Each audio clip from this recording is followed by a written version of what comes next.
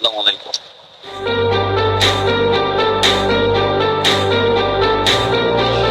আসসালামু আলাইকুম। তোকে বলে কি হবে? কামলা, দাঁড়িয়ে কি দেখছিস? চল। আয় কামলা। জি বলো। এই যে আমার ব্যাগটা দেখছিস, এই ব্যাগটা নিয়ে আমার বাড়ি পর্যন্ত পৌঁছে দিয়ে আয়। তো একটা কামলার কাজ, এই ব্যাগটা সামান্য নেওয়ার জন্য আমি করছিস কেন? তোকেই বলছি মানে তুইই নিবি। দেখেন ম্যাডাম, আমার নিজের কাজ আছে। মুখে মুখে তর্ক করছিস। দেখ, তুই আমার মুখে মুখে তর্ক করতে পারিস না। আমি তোকে একটা কাজ দিয়েছি মানে তুই একটা কাজ করবি, আর তার বিনিময়ে প্রয়োজন আমি তোকে কিছু। দেখ, এবার কিন্তু তুই বেশি বেশি করছিস। তুই জানিস আমি কে? আমি কার বোন? আমার ভাই কিন্তু একজন চেয়ারম্যান, এই এলাকার চেয়ারম্যান। ঠিক আছে, চলো। যাক, এবার লাইনে এসেছিস। ব্যাগটা নে। আসসালামু আলাইকুম। দেখেছিস, সবাই আমাকে। দাঁড়িয়ে কি দেখছিস? চল। ভাইয়া, ভাইয়া, আমি এত বড় ব্যাগ নিয়ে হাঁটতে পারি তুমি বলো? শেষমেশ একদম হাঁপিয়ে গিয়েছিলাম। আর তারপর এই কামলাটার সাথে দেখা হলো। এই কামলাটা যদি না থাকতো আজকে আমার অবস্থা পুরো নাজেহাল হয়ে যেত। ওকে 500 টাকা দিয়ে তাড়াতাড়ি বিদায় করে দাও, অনেক পরিশ্রম করেছে।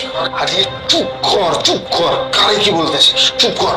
আরে এই এলাকার রানী এমপি, আপনার ভাই যা বলছে একদম ঠিক বলছে। কিন্তু আমি যে আপনাকে রাস্তায় দেখছি। পড়ার জন্য পাঠিয়েছেন, পড়াশোনা হয়তো ঠিকই করতেছে, তবে তার মধ্যে কোনো শিক্ষার আলো আসে নাই, হয়তো এরকম কথা বলতে পারতো না। আপনি যেখানে, আমি যতটুকু পারি তাদেরকে সাহায্য করার চেষ্টা করি। দেখুন, আমি একজন এলাকার এমপি, আমার কাজ হচ্ছে জনগণের সেবা করা।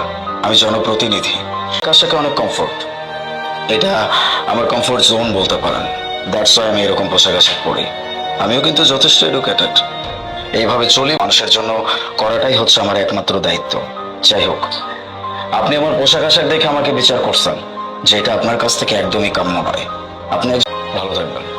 ভাইজান, আমার বোনটা অনেক ছোট মানুষ তো, ভুল করে ফেলেছে। আর আমি আপনার কাছে ক্ষমা চাচ্ছি, আমার বোনকে মাফ করে দিন। কোনো ক্ষমা চাইতে হবে না, তবে হ্যাঁ, বোনকে একটু শিক্ষা ঠিকভাবে দেবেন, কারণ এই শিক্ষাগুলো মানুষ পরিবার থেকেই পায়। পরিবার থেকে যদি প্রপার শিক্ষাটা পায় তাহলে ভালো থাকবেন।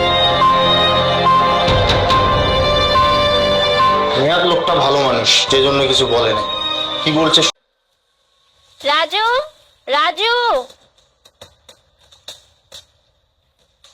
জি আমাকে ডেকেছে।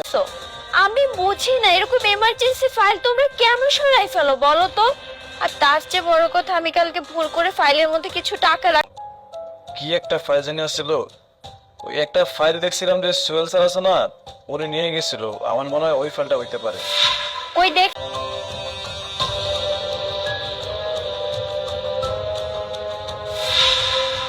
এই যে ম্যাডাম, এই ফাইলটা না? হ্যাঁ হ্যাঁ, এটা আমি কালকে এতগুলো টাকা রাখছিলাম, এখন একটা টাকাও নাই। রাজু, তুমি কি টাকাগুলো নিছো? তুমি যদি টাকাগুলো নিয়ে থাকো আমাকে বলো, আমি তোমাকে মাফ করে দিব।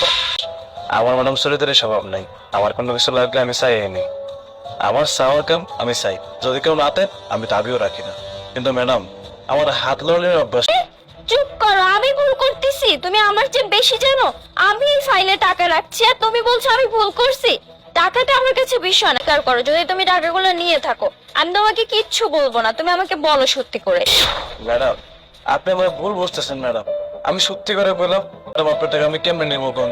আর আমি ম্যাডাম হইতে পারি আপনার অফিসের পিয়ন, কিন্তু সুশিক্ষিত আমার ভিতরে আছে ম্যাডাম। কোন দেখছেন আমার 2 নম্বরে কিছু করতে? আচ্ছা, তোমার কাছে যাও, ওনাকে ডাকো। আজকে যদি এই টাকার খোঁজ আমি না পাই তাহলে খুব খারাপ হয়ে যাবে। যাও, এক্ষুনি ডেকে নিয়ে আসো। এত রাগারাগি করছেন, কোনো সমস্যা হয়েছে? জি, আপনাকে আমি ডেকেছি। কালকে যে আপনি আমার ফাইলটা নিয়েছেন, এই ফাইলের মধ্যে কিছু টাকা ছিল, টাকাগুলো আপনি নিয়েছেন? টাকাগুলো নিয়ে থাকলে ওই নিয়ে থাকবে, কারণ ওদের মতো ছোট লোকেরা না সবকিছু করতে পারে, টাকার লোকরা না ওরা সামলাতে পারে না। ম্যাম, আপনি আমাকে এভাবে আপনাকে খুব ভালো করেই বলছে, আপনি যদি টাকাগুলো নিয়ে থাকেন আমার কাছে স্বীকার করেন। রাজু বলছে রাজু টাকা নেয়নি, আপনি বলছেন আপনি টাকা নেননি, তাহলে টাকাগুলো কি ফাইল থেকে উড়ে গেল?